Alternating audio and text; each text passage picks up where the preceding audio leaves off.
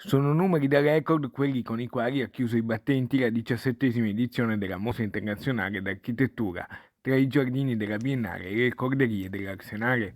La Biennale supera se stessa e frantuma ogni record. Sono stati infatti 298.600 i biglietti venduti, cui si aggiungono 6.000 presenze durante la preapertura e la vernice, superando così il numero dell'edizione 2018. Nonostante l'anno particolare che tante limitazioni ha imposto al sistema scolastico universitario nazionale e internazionale, la presenza dei giovani sotto i 26 anni rappresenta il 32% dei visitatori totali.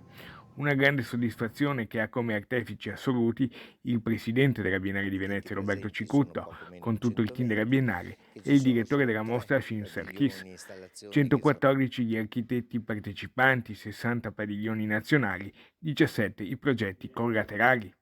È riduttivo a dire che siamo soddisfatti del successo, ha spiegato Cicutto. Grande è il sentimento di gratitudine verso tutti coloro che l'hanno resa possibile in tempi difficili,